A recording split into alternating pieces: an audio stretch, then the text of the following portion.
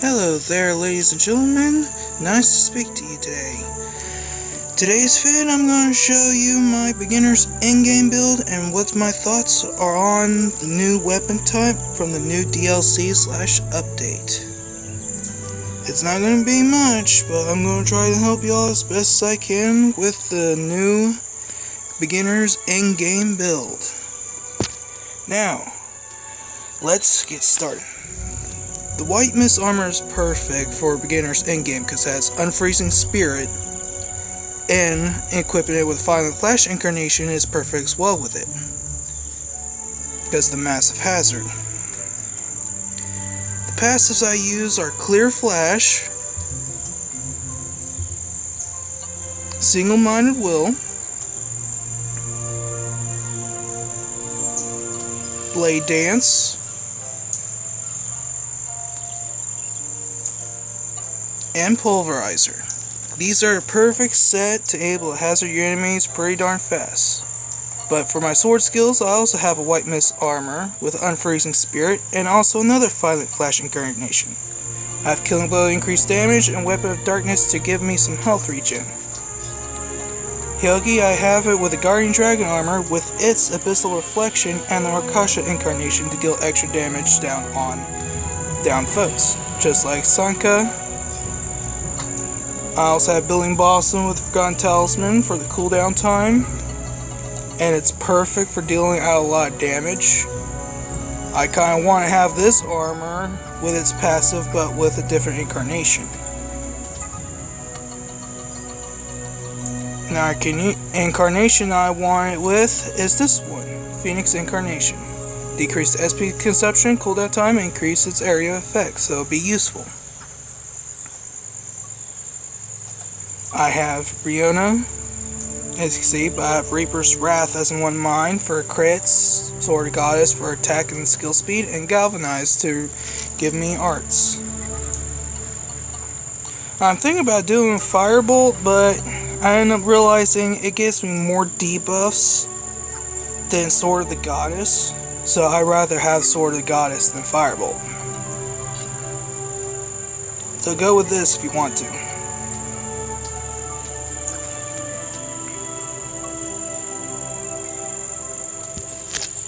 As you can see, I basically did these few characters same way as another YouTuber done, but to my limitations.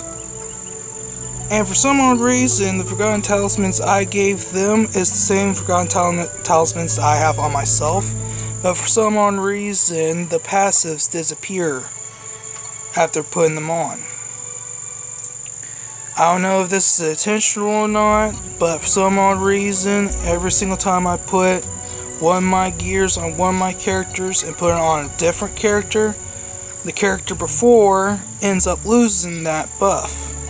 As you can see, this one also had this right there on them, and yet I also have it on a different character, but it's gone.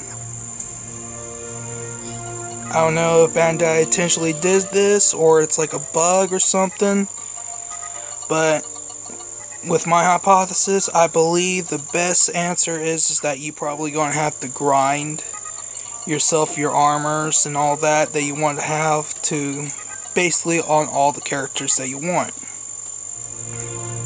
But I don't know. But yeah. As you can see, this is what I'm doing with my characters, trying to make them stronger in their builds, so they could be more useful. And she's only level 27 with the Mystic of Absorption, which allows her to be more special accurate, because of her low level. I actually plan on giving this girl a different incarnation, because one she has is okay, but it's not the best. Sorry about that, but I decided to go ahead and change her incarnation to something else. So it's kind of best for her in this one that I pick for her, so then she can able to be more useful.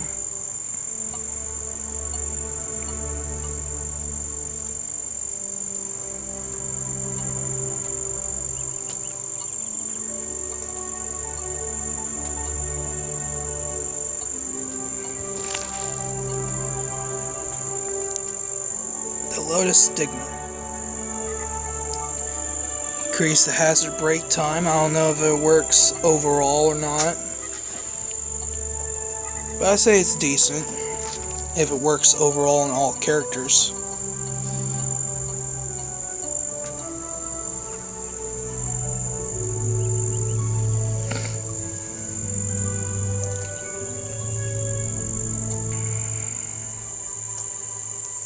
And I have Medina with the Beauty Incarnation because it is very useful. Because even though you don't have it on you, you can still use its effect on your team. I decided to go ahead and give these two the Galvanize because for some odd reason in the later vids you end up realizing why. I also forgot to give her skills, so I'm deciding to go ahead and put the skills on her. Which kind of became a hazardous thing for me in the vid that you're also going to see. Reason why Galvanize needs to be put on multiple characters now.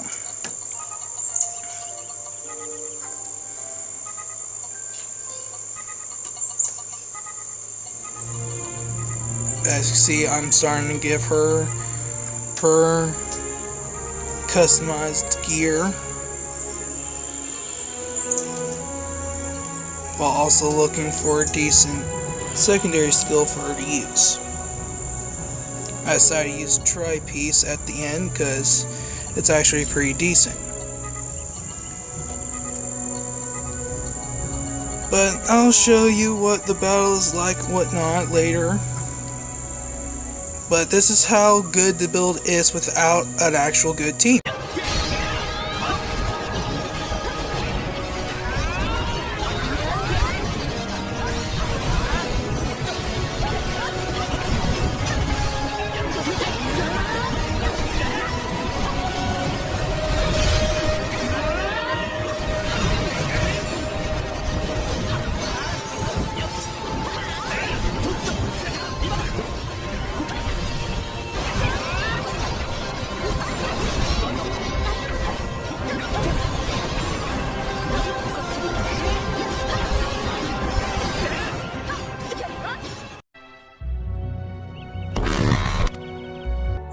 Pretty decent, but not the best. Nobody died, at least, but it was decent.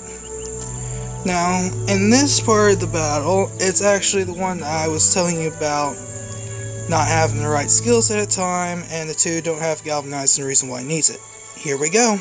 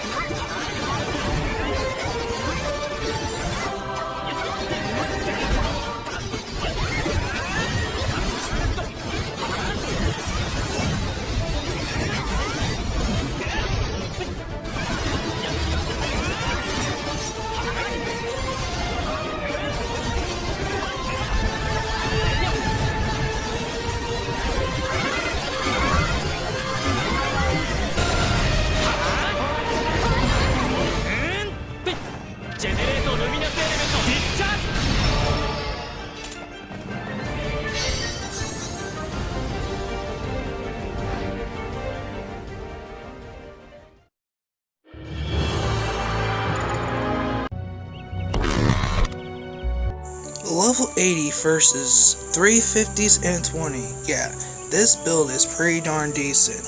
Even though I didn't have my team set up completely with all the stuff that I need, it was still pretty darn decent. But I decided to go ahead and get me the one last equipment I needed, and this is what happened.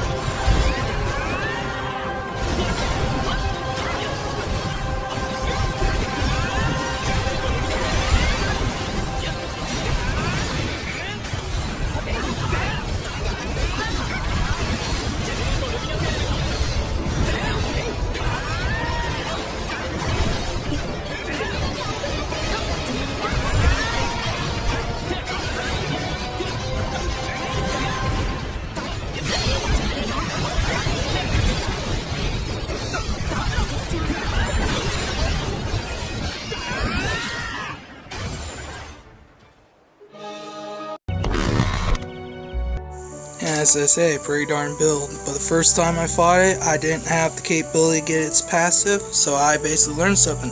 Save scumming. Save before you fight, you don't get it, quit it, start back up, and you're able to fight them again.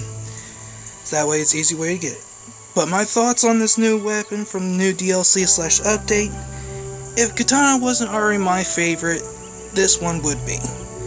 It's pretty decent, I like it. I don't even have the strongest, and it does a decent amount of damage with its skills. I say, I pretty like it as a top second. But thank you for watching, and I hope you guys have a great day.